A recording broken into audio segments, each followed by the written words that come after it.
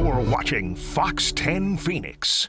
Now. More immigration protests breaking out over the weekend, including one in the West Valley and another big one last night in Phoenix. And with the protests came a big police presence and a brief moment when a patrol vehicle was stolen. So let's show you the video. Last night, huge crowd of protesters blocked off this intersection at 67th Avenue in Glendale. While things remain largely peaceful, police are now searching for one person who jumped into a patrol vehicle and then drove off. In a brief statement, Glendale PD told us it was one of their cars. It was quickly recovered without any incident. Nobody was taken into custody, and that person who got behind the wheel has not yet been identified. In earlier statements, Glendale police officials said they were aware of a protest in the area, said they are now monitoring the situation along with Phoenix police. And this was the other pro-immigration demonstration in the West Valley over the weekend. On Saturday, crowds gathered in the area of 35th Avenue in Thomas. Phoenix police deployed several officers as well as their air unit to try and break up the crowd. As of right now, we are not aware of any arrests made at either of these protests. Federal agents make a big bust here in southwest Arizona. Take a look. That's an assault rifle and more than 33,000 rounds of ammunition seized over the weekend. Homeland Security says investigators, they received a tip the weapons and ammo were being mailed to a Yuma home. When the homeowner answered the door, they told the feds there was no explanation how all of it ended up in their house. And another huge drug bust, this one in the Valley by the DEA. Take a look at this. They posted this picture to social media. It shows 100 pounds of meth confiscated during a recent operation. Agents say one person was arrested on federal charges, and that information is now being sent to ICE for possible immigration issues. No other details were released, but this comes after another drug bust in Phoenix, where authorities say they found more than 1,700 pounds of illegal drugs. Also new this Monday morning, a shooting leaves a woman dead in a South Phoenix neighborhood. Yeah, this happened just after 5:30 last night near 24th Street and Rozier. Officers found the woman with at least one gunshot wound. She was taken to the hospital, sadly, where she later died from her injuries. We are waiting for additional details from the authorities at this time, but detectives were on scene throughout the early morning hours today. Once we receive more information, we will share that with you. To a developing story here out of Eloy. This is southeast of the valley, where for the second time in 1 week, someone has died in a parachuting accident. Yeah, this small town south of the valley is known for skydiving, but the recent deaths have renewed conversations about safety. Police say a 46-year-old man named Sean Bowen of Gilbert died Saturday after the chute on his wingsuit did not deploy. Just last week, a 55-year-old woman from Minnesota lost her life in a similar accident. One instructor that we spoke to says there are additional risks involving those wingsuits, and one of those involves what's called wingsuit burble, which is turbulence that can interfere with the deployment of a main chute. Usually, if the parachute doesn't deploy in a wingsuit, you would typically go to your reserve immediately. I do know a problem with that is, especially depending on the wingsuit design, it's difficult to reach your reserve handle. So stats show that skydiving deaths are very infrequent. In 2023, the United States Parachute Association reported more than 3.5 million jumps, with 10 deaths reported. As for these two incidents, both deaths are being investigated by the FAA. Two deadly plane crashes in 48 hours in different cities around the nation have, as of late, shaken confidence in some in aviation. Yeah, in Philadelphia, it's still unclear why an air ambulance fell from the sky shortly after taking off. And in Washington, D.C., recovery crews are still pulling remains out of the frigid Potomac River.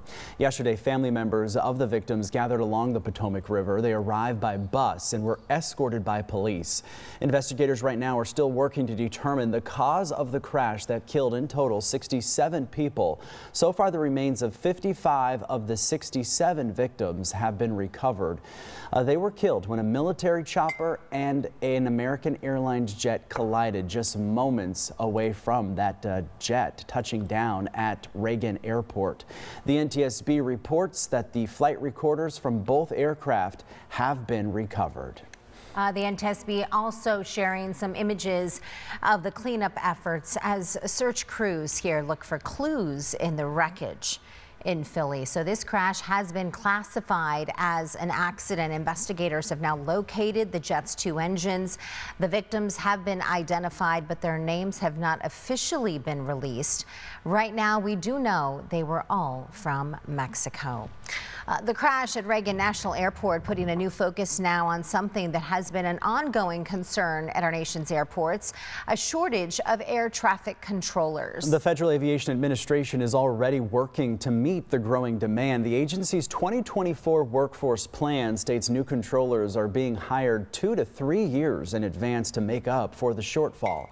According to the FAA, Phoenix Sky Harbor Airport has 60 of 61 TRACON positions filled. They are in charge of aircraft's landing and departing. Where Phoenix falls below the staffing quota, that's the control tower, where positions right now are sitting 28 out of 35. Complex aviation system that we have with all the takeoffs and landings that we have now, it's all hinged on a lot of stuff. Almost nothing surprises me. Yeah. It's like anything can happen and you got to adjust accordingly. So we have reached out to the FAA. So far, we have not heard back. Well, developing in Phoenix this morning, Phoenix police are investigating after 2 men shot at each other while driving. Yeah, this has happened way too often here on our valley roadways. It happened just before 7 a.m. yesterday morning near 19th Avenue and Pinnacle Peak Road in North Phoenix. The 2 men involved told officers they were arguing between their 2 cars and ended up exchanging gunfire.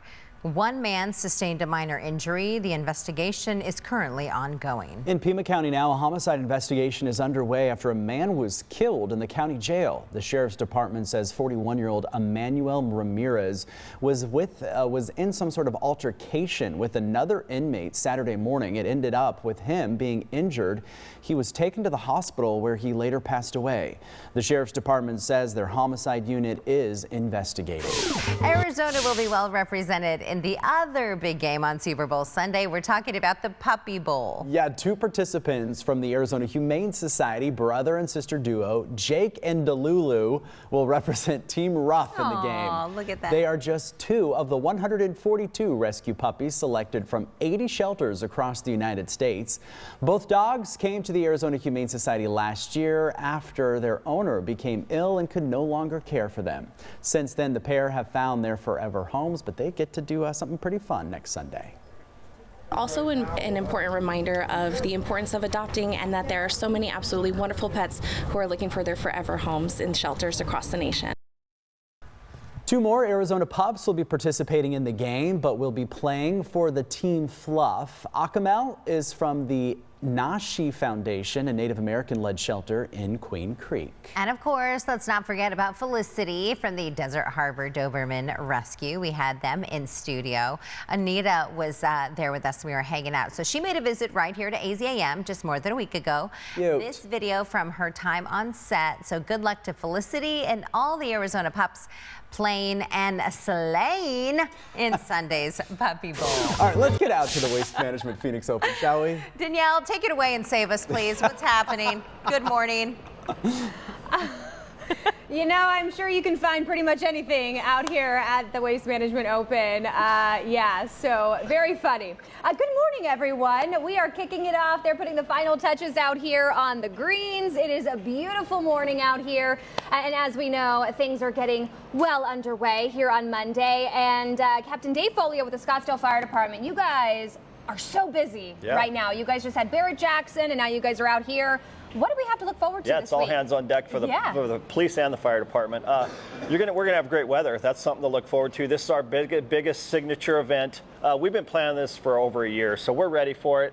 Just have a plan when you're going to come out. Bring a charged cell phone. Hydrate before you come out. The weather's going to be 80, 85 tomorrow. You got to, we're wearing light jackets this morning, but layer. It's going to be warm in the afternoon. And then just respect the fan, respect the players, and just come out and have a good time. Follow the code of conduct. We've done everything we can to make this event bigger. They've added another entrance down off of Greenway Hayden Loop and Frank Lloyd Wright. Which is right behind us here, absolutely. right? Okay. That'll allow people to come in and go right to 1716. And then also a lot of the walkways have been widened for people to get wider space to walk on. Our carts can get through there, our bike teams, our walking teams. And then we've added another better venue. So our motto this year is better, not bigger. A venue out towards 11, which is Desert Oasis and Taylor Morrison House, where you can go there. It's free. They've got better concessions out there. So we're hoping people will move out towards the west onto those venues. But other than that, parking too, just remember, if you're coming into this venue, be patient. And if you don't have a Lot A pass, don't go to Lot A. You're just going to be that guy to clog up the line. Follow the rules. There's plenty of signs. The Thunderbirds, us, we send in a unified command system to make everybody safe and all the players safe. Just need to follow the rules and respect the fan when you come here and just have a great time. And what are some of the events? I know it kicks off today. Yeah. The big one. So we have a couple of pro-ams that kick off today. A couple of the venues are open and we ramp it up as we go. Wednesday will be the big pro-am with all the celebrities here. And then the concert starts over at the Bird's Nest. So all hands on deck. We shift people from this venue over to there. We strategically place equipment all around the course to be able to get you quick if you have an emergency. Our big thing this year is that if you see something, say something to a purple shirt, a firefighter, a police officer, so we can check it out and just make sure it's not an issue, okay? And then, like I said, you'll have Jelly Roll over there at the Bird's Nest on Wednesday. Luke Bryant comes in, and then Nickelback on Friday. So we're excited about the weather. We've got all hands on deck this year because we've got to still man the city. So we're with the city within a city here.